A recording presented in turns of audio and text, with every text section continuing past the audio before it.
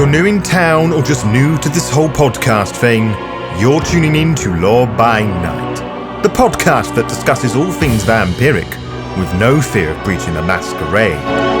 In this episode, I shall be discussing my thoughts and opinions on the 2020 visual novel Vampire the Masquerade Shadows of New York that you may have seen live streamed on the Law by Night YouTube channel.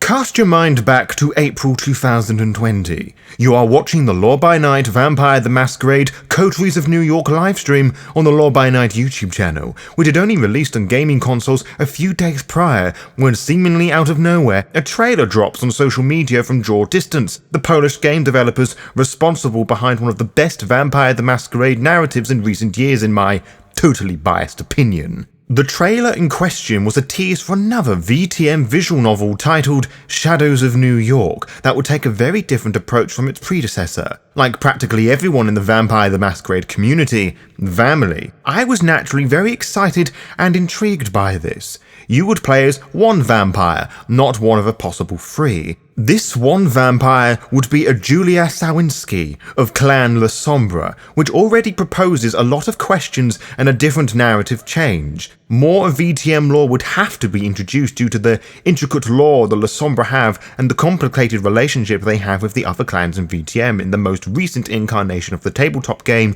which is, of course, 5th edition or V5 as the family call it occasionally. I will also admit that I was a little concerned, as I was naturally unsure how this game would pick off where Coteries of New York left off and how natural it would feel to integrate the La Sombra politics into this Camarilla city. It would turn out my worries were all for naught, as we shall now explore. As mentioned mere moments ago, Shadows of New York City has you play as a Julia Sawinski, a Polish-American investigative journalist at New York Lodestar. During the game's prologue, you learn that things are not going too well for the mortal journalist as her entire career begins to crumble around her as she is set up for things she did not do, thus losing touch with her social and mortal life in the process. An immediate and yet subtle sign on how well the writers and developers at Draw Distance have done their homework. Julia is being tested to see how she reacts. She lashes out, swears in an almost comedic fashion, not accepting anything her employer is saying, for she knows none of it is true, overcoming the challenge that her sire has presented to her. In addition, Julia has a plan of action, which she expresses to her girlfriend Dakota on the phone on her way home, not letting this beat her down. It is here where we are properly introduced to Julia's sire, a woman called Karen, which I think is a horrible choice of name, knowing the negative connotations that name has in these modern nights. The only redeeming point, I suppose, is that this is a Karen with a C. Anyway, this woman kidnaps Julia with frightening news of oblivion or obtenebration and presents her with a choice: to kill a man with a gun that mysteriously appeared in her hands, or don't. Choosing the latter will have Karen take the gun and kill Julia, ending the playthrough and deleting your save file. Obviously choosing the former is the correct answer, as that is the one final part of Karen's test, to prove that Julia can not only rise above a challenge and not submit to a fear, but as a means of degrading Julia's humanity. What follows is what I believe is the best description of the embrace I have had the joy to experience, as you read Julia's internal monologue about all the exciting, joyful things running through her veins and the near orgasmic sensation she feels as she becomes one of the La Sombra. Both the kiss and embrace are said to give such lustful emotions for both kindred and kind, and it is rarely explored in such detail as this. Partly because not everyone during a tabletop role-playing game session wants to sit through an erotic novel every time someone wants to feed, and not everyone is as talented as the writers at Draw Distance. The opening section of the game does a wonderful job setting the tone for the game that follows.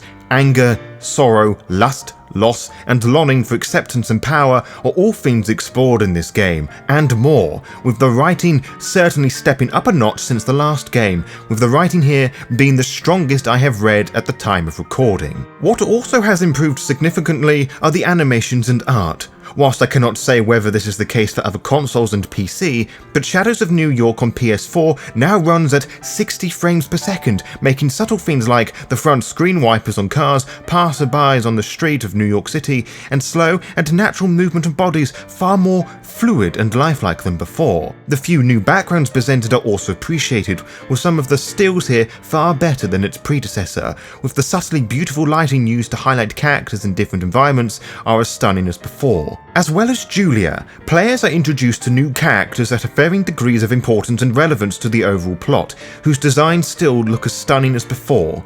Characters from Coteries of New York also return, all of which getting redesigns of some description, the most obvious, persistent and impressive being Kadir, New York's sheriff. Benoit Segal, the religious toreador from Coteries of New York that I heavily adored from Coteries, has also had a major overhaul in his writing and presentation, heading in the direction I had expected him to, with a plot twist to his narrative arc I almost didn't expect. The final element that has seen an overall improvement is the game's soundtrack, which was composed by the artist known as Rosina, who has taken a very different approach from Coteries of New York. Whilst that game had careful placement of electric distorted guitar and soft rock guitar, this game has a more ethereal approach, with an interesting blend of soft synth pads and haunting female vocals, with short cello flourishes and ostinatos whenever Julia's humanity and morality are thrown into question, giving the overall soundscape of the game more focus as a result, making me feel for Julia's vampiric journey through Camarilla politics, rather than just the music just sitting in the background, like I felt Coteries of New York did at times. The plot has more focus as well, as the game has you follow up on a single story, rather than three slightly altered stories that hold your hand through Vampire the Masquerade School.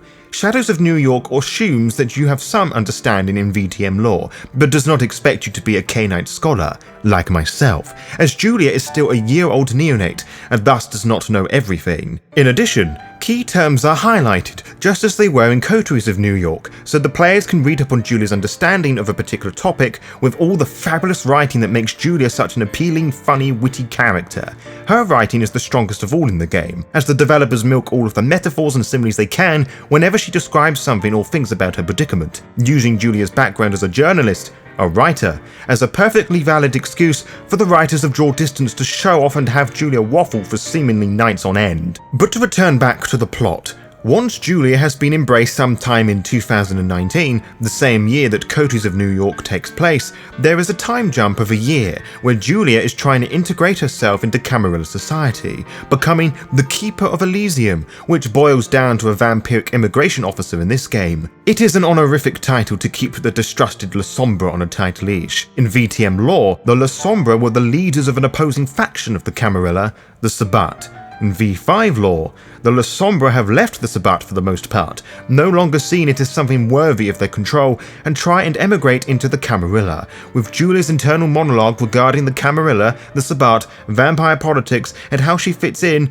is all a very interesting one, as we explore emotions and feelings not felt or explored in actual plays from any other player of any other clan. Julia's mood can change depending on certain dialogue choices you make through various traits she has collected, creating the illusion that your choices once again matter, and, just like with Coteries of New York, very little of what you say and do actually matters. Bear 3 instances which will point you towards one of 2 endings that I will explore later on at a narratively appropriate moment. I keep mentioning and darting around the game's story without actually telling you what it is, other than it is somewhat more linear than Coteries of New York City. You are tasked in solving a murder mystery that not only serves the purpose to calm the tensions between the rival sects, the Camarilla and the Anarchs, but to improve your standing within the Camarilla.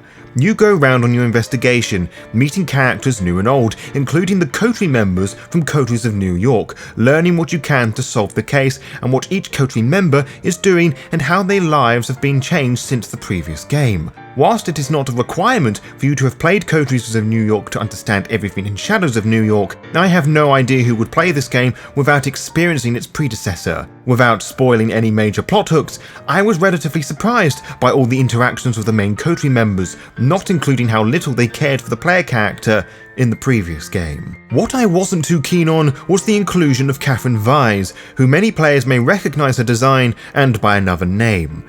Whilst I was initially very excited and surprised by her sudden arrival in the game, I felt her inclusion was a saddening attempt at a cash grab rather than anything serious, as such an important character in the VTM universe, especially for the video games. She does very little. I also felt that the new character, Samira, the Banu Hakim primogen, is underdeveloped, which is a shame, for the little that we see of her provides just enough intrigue for me to want more of this head representative of the Assamite clan. Another plot element I've grown to be quite annoyed with is the inclusion of wraiths, the World of Darkness term for ghosts. Now, to understand my disdain for this, I have to quickly dive into some World of Darkness lore. The La Sombra can manipulate the shadows and darkness with their unique discipline, obtenebration, by connecting themselves up to an otherworldly plane of existence called the Abyss. In V5 lore, it canonized an idea presented in Wraith the Oblivion 20th Anniversary Edition, that a cyclone called the Sixth Maelstrom collided with the Abyss with the Shroud, another plane of existence where ghosts reside.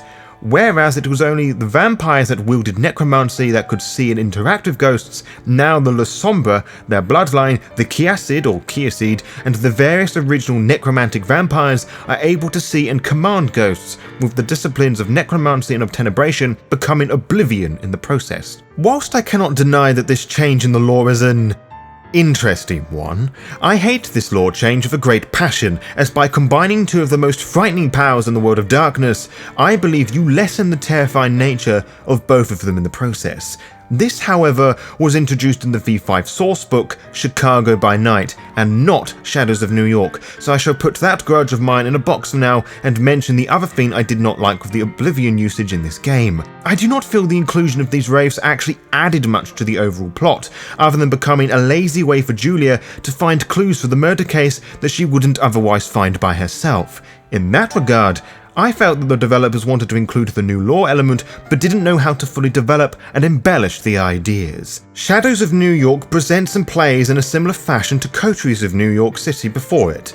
Being a visual novel, there is a lot of reading and no voice acting, so if that bothers you, you may wish to avoid this title altogether. Unlike Coteries of New York, there is now a dedicated button for you to celerity your way past the text you have already read up until a dialogue choice occurs.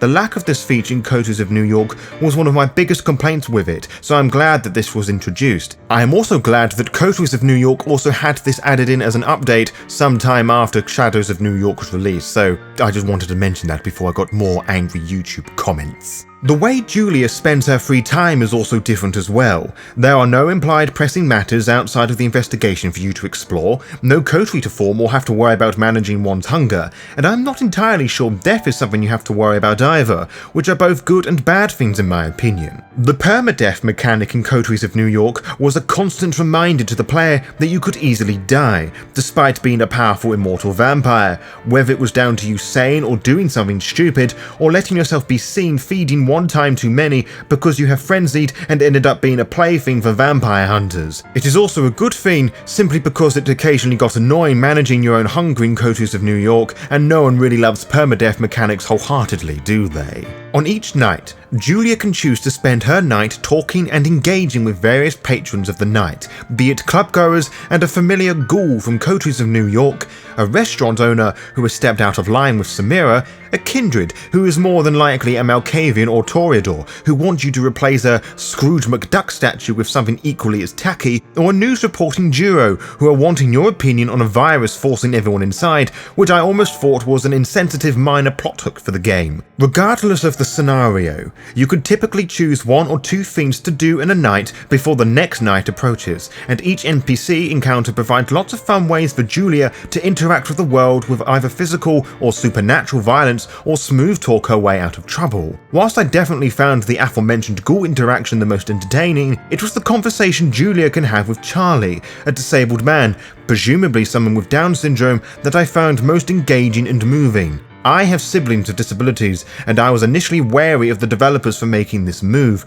but I was very surprised and relieved that they did not stereotype said disabilities, but made him a fun and witty human being. It almost moved me to tears seeing someone represented like that. Shadows of New York City is probably my game of 2020 for that reason alone. One character I have deliberately ignored from this review is Dakota, the attractive girlfriend of Julia, who lives together in an apartment, the former supporting Julia to the best of her ability with the monumental task on her shoulders, in addition to applying Julia's makeup, simply because Julia cannot see her reflection anymore or use the self-facing camera on a phone without things going a little bit haywire. Both of these themes are weaknesses to the La Sombra in V5. I thought the interactions between the two were perfectly adorable, reminding me of some of my exchanges between myself and my ex, how she was unable to take any compliments without breaking inside, something that I remarked upon my live stream of the game. It was extremely relatable is what I'm trying to say. Mechanically, Dakota is the anchor for Julia's humanity, or touchstone, to use the V5 and Vampire the Requiem terms, a game mechanic not really explored properly in Coteries of New York. I saved this for last because I've seen a staggering amount of complaints of the game's writing and story with regards to the relationship these two have, that this is a LGBTQ left-wing fantasy you want to avoid, a boring new world order of vampires that appeals only to social justice warriors, and, my personal favourite remark, a woke lesbian story for lesbians. Remember when to stay woke was a political term originating in the United States, referring to a perceived awareness of issues concerning social and racial justice, about people of colour not getting the same opportunities as white people, changing that as a movement and not a pity party for privileged white people and every fucking Karen in the universe to complain about not getting their organic eggs or how the aircon in the SUV isn't working again? I think about this a lot, but my point is that it just goes to show how fucking stupid fans of Vampire the Masquerade can be for not knowing and understanding the grander themes of the game and the La Sombra. Okay, so we all know about the main crux of VTM. Not only do we have all the normal scary things to worry about, but as a kindred, we have to worry about the personal crisis of coming to terms of being a vampire and the fight we have with our degrading humanity. This is a really important factor for all games of Vampire the Masquerade, regardless of edition or sect that you are playing, even more so with VTM 5th edition, the version this visual novel is basing its narrative and lore off. Julia Bean of Clan La Sombra addresses this point in many important ways. Do I still look the same even if I can't see my own reflection? I can control the darkness and see ghosts, but I can't operate technology. Why is this? Even the other kindred can with the old blush of life trick. I can't. It is like I'm some sort of alien. A monster. Julia is a neonate La Sombra, unlike the many players who play La Sombra who avoid all of these questions at character creation and just play the La Sombra who has been embraced for X number of years and are edgy overlords. That's cool, but edgy overlord lacks nuance. Julia has refinement. She is smart, funny, and is someone I can see myself hanging out with. She reminds me of one of my closest friends, actually. That is how likable she is. She is a person. People embrace people, and people have emotions and interests. She was not embraced into the Sabbat that would smash away her humanity within hours of her embrace. She has little interest in mastering obtenebration or oblivion. She is all alone, trying to get by, trying to fit in somehow, trying to make sense of it all. Enter Dakota, Julia's girlfriend, who loves Julia and tries to make her feel better about the horrible task her superiors have forced her to do. Depending on your choices, Julia can either embrace her Camarilla responsibilities or just run away with Dakota to an Anarch domain. Again, these two endings demonstrate superb understanding in the lore and themes of Vampire the Masquerade, V5, the 5th edition, and the dominance all members of Clan La Sombra strive for. In the good ending, she solves the case and becomes the La Sombra Primogen of New York City, abandoning Dakota and her humanity. She is not inherently monstrous yet, but she gives in to her primitive La Sombra lust for power and begins to emulate humanity rather than feel it. The Camarilla are filled with a bunch of elderly vampires who haven't truly felt human for hundreds of years. They can't possibly know what it feels like. It's like trying to get your grandma to understand why TikTok is a thing beyond the noise her grandfather clock makes. There is a large gulf between societies. This is naturally much worse because of the much larger age gap in Vampire, and how the Camarilla are pulling back back further and further from the kine, making it even harder for them to blend in with the cattle. In the bad ending, she runs away with Dakota to an Anarch domain that is trying to replicate ye old Carthage, where kine and kindred are supposed to live in peace. Anarchs hold their humanity closer to their chest when compared to the Camarilla and Sabbat. Julia is unsure whether she truly loves Dakota in this ending, but at least she feels some emotion here. This also appeals to the La Sombra nature of not bowing down to anyone. The La Sombra do not use the term clan to define themselves. It creates a sense of unity that a social club may bring, implying that they are equal to the others. The La Sombra are not equal. They are the La Sombra. To conclude, Shadows of New York is not a lesbian vampire story for lesbians. To think that, it means that you are not mature enough to fully handle VTM in all its dark and gritty glory, and many subtleties that make it such a beautifully macabre experience, you stupid pissheads. Shadow of New York City and Coteries of New York City before it are by far the best representations of Vampire the Masquerade in any media, exploring all the main themes of the tabletop role-playing game with superb mastery in writing, art and tone, and I will fight anyone who says different. Shadows of New York is a masterclass on how to write Camarilla politics. This game is how you explored loneliness in the World of Darkness, and this is how you write an interesting La Sombra that isn't La Sombra edgy overlord 364.